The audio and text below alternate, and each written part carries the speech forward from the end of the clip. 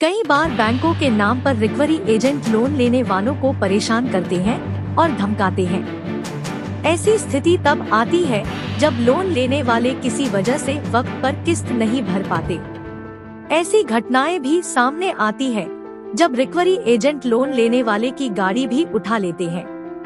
Recovery agent जब कानून अपने हाथ में ले तो हम क्या कर सकते हैं, आइए जानते हैं ऐसी स्थिति में आपके सामने क्या क्या विकल्प होते हैं।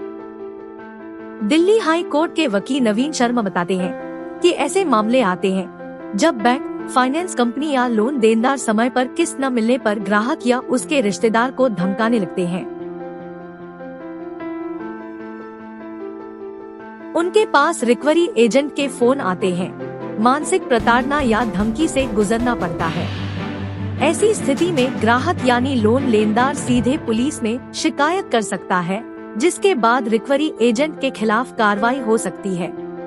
एडवोकेट शर्मा बताते हैं कि लोन गाड़ी के लिए हो या फिर क्रेडिट कार्ड पर लिया गया हो, लोन लेने से पहले एग्रीमेंट पर दस्तखत करते वक्त ग्राहक को यह सुनिश्चित करना चाहिए कि इस एग्रीमेंट की सभी शर्तें पढ़ ली गई हैं। पढ़कर ही दस्तखत करे या फिर किसी कानूनी जानकार से सलाह ले ले।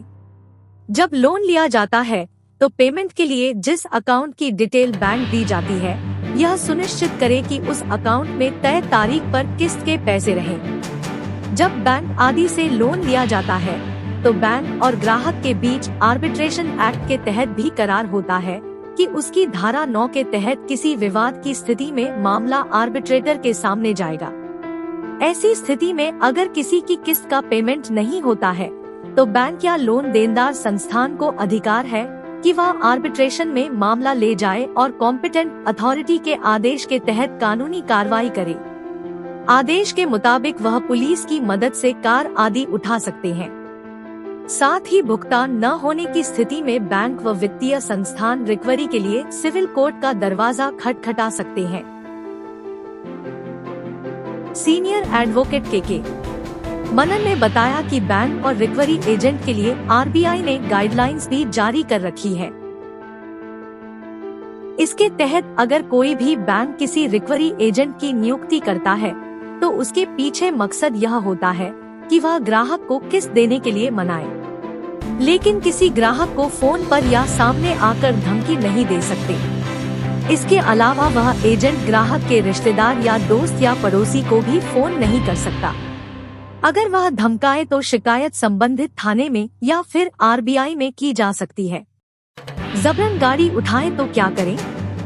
एडवोकेट मनन ने बताया कि जब भी कोई लोन दिया जाता है तो उसके लिए एग्रीमेंट व शर्त होती है।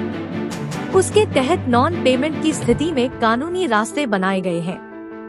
कोर्ट का आदेश होगा तो वाहन या फिर मकान ही क्यों न हो, उसका पोजीशन बैंक ले सकता है, फिर उसे नीलाम कर सकता है।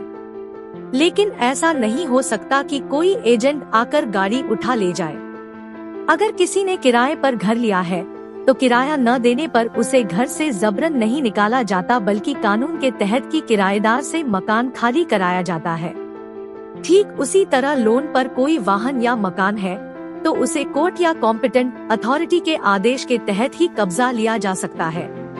कोई खुद को रिकवरी एजेंट बताकर धमकाता है या फिर प्रताड़ित करता है तो उसके खिलाफ जबरन वसूली, धमकी और वाहन बिना बताए ले जाने पर चोरी तक का केस दर्ज हो सकता है।